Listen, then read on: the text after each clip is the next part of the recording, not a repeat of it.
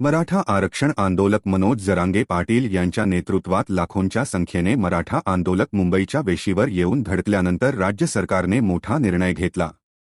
राज्य सरकारने मनोज जरांगे पाटील यांच्या सर्व मागण्या मान्य केल्या असून मध्यरात्री अध्यादेश देखील काढला।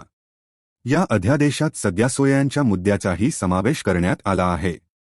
त्यामुळे मराठा समाजाला मोठे यश मिळाले आहे।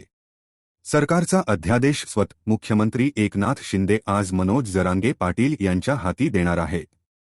दरम्यान आमचा विरोध आता संपला आहे। आमच्या मागण्या मान्य करण्यात आल्या आहे, असे मनोज जरांगे पाटील यांनी सांगितले। मध्यरात्री पत्रकार परिषदेत मनोज जरांगे पाटील यांनी ही घोषणा केली।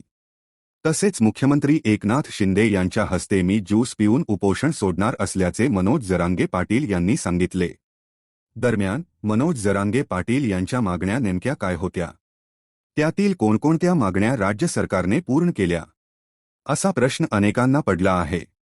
तर त्या मागण्यांबद्दल जाणून घ्या। नोंदी मिळालेल्या सर्व लोकांच्या परिवारास कुणबी प्रमाणपत्र मिळाले पाहिजे, अशी मागणी मनोज जरांगे यांनी केली होती। ती मान्य करण्यात आली आहे।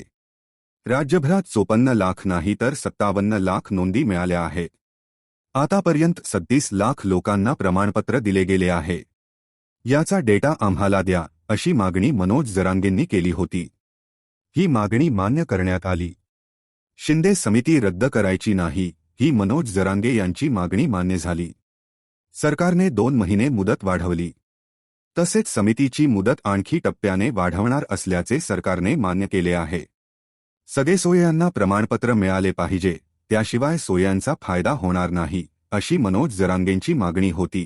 ती सरकारने मान्य केली। ज्या महाराष्ट्राच्या मराठ्यांकडे कुणबीची नोंद नाही, त्या बांधवांनी शपथपत्र करून द्यायचे आहे।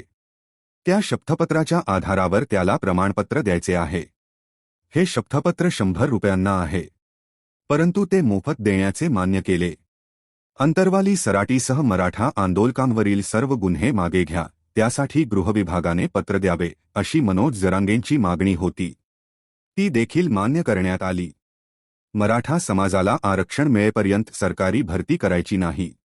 जर भरती केलीच तर आमच्या जागा राखीव ठेवा, अशी मागणी मनोज जरांगेंनी यांनी केली होती। ही मागणी सुद्धा सरकारने मान्य केली आहे। क्युरेटिव्ह पिटिशनचा विषय सर्वोच्च न्यायालयात आहे। ते आरक्षण मिळेपर्यंत आणि मराठा समाजातील सर्वांना 100% शिक्षण मोफत करण्यात यावे, ही मागणी मान्य झाली।